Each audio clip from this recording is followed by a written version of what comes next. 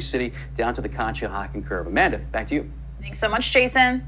Well, nearly everybody is on social media these days, especially younger kids and teenagers. Of course, Instagram is one of the most popular apps. But according to a recent report from the Wall Street Journal, 32% of teenage girls say when they feel bad about their bodies, when they go on Instagram, it made it worse. So what can we do to help both our boys and girls while talking to them about social media? Dr. Charlotte Markey, professor of psychology at Rutgers University Camden, is with us this morning. Hi, doctor.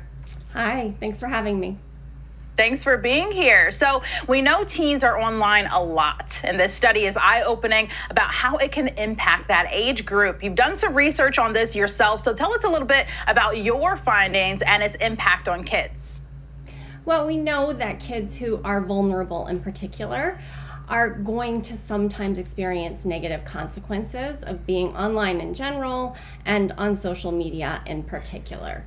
That young people who maybe are anxious or depressed or dissatisfied with their bodies are more likely then to compare themselves to the influencers and celebrities they see online and to feel worse about themselves as a result. Yeah. And we talk a lot about young girls and their body images, but social media also can have an impact on boys. So how can social media hurt their mental health as well? I think it's pretty similar. What's complicated about boys is that when they are dissatisfied with their bodies, they often manifest it in a different way.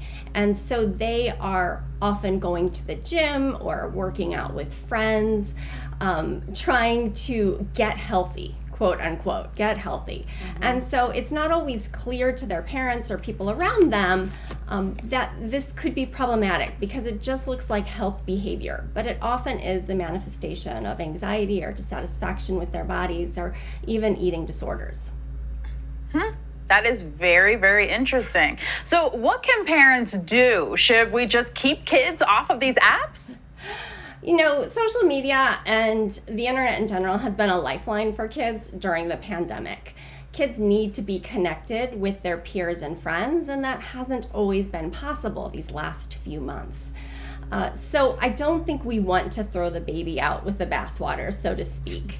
We just want to make sure that our kids become media literate. We want to work with them so that they understand that connecting with some people online may be to their detriment. So influencers or celebrities or wellness gurus who are selling protein supplements that have no evidence to back their usage. We want to sit down and scroll through social media feeds with our kids and see what's going on and just have a conversation. I think if we try to really overly restrict social media, we really risk making it that much more enticing. And kids know how to put an app on their phone and take it back off.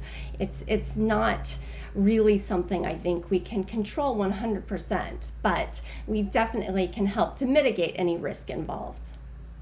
Yeah, as soon as you take something away, they want it more. Don't we all? Yeah. So you have a very interesting acronym that you want to tell us a little bit more about. It's FACE, right? So what does that mean? Yeah, so I came up with the acronym just to help people remember some things they could talk with their kids about in terms of the effects of social media. And the F in FACE stands for filtering. And by this I mean protective filtering, which is a term that body image researchers use. We need to use social media, but filter out influences that are not protective of our sense of self. So that means dropping some of those influencers from our news feed sometimes. So kids can need help with this. They don't always appreciate that some of what they're seeing makes them feel bad, whereas connecting maybe with peers or friends or family can be much more positive.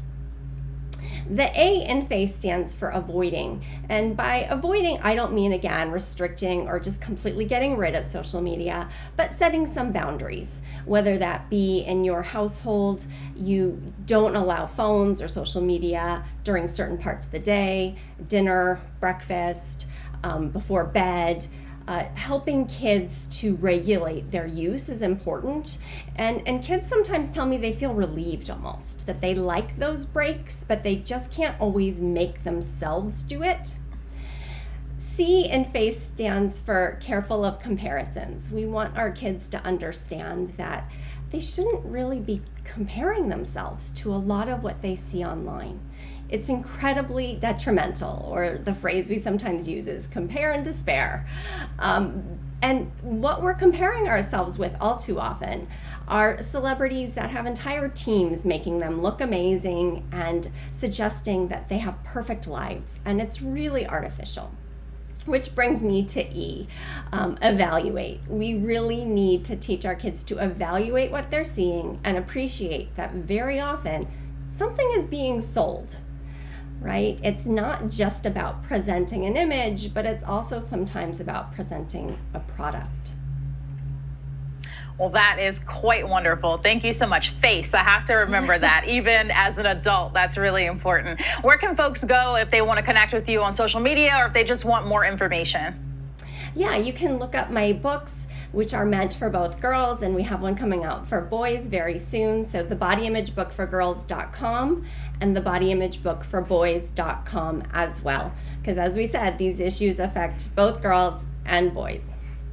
Absolutely. All right. Thanks so much, Dr. Markey. Appreciate your time. Have a great day. Thank you for having me. You too.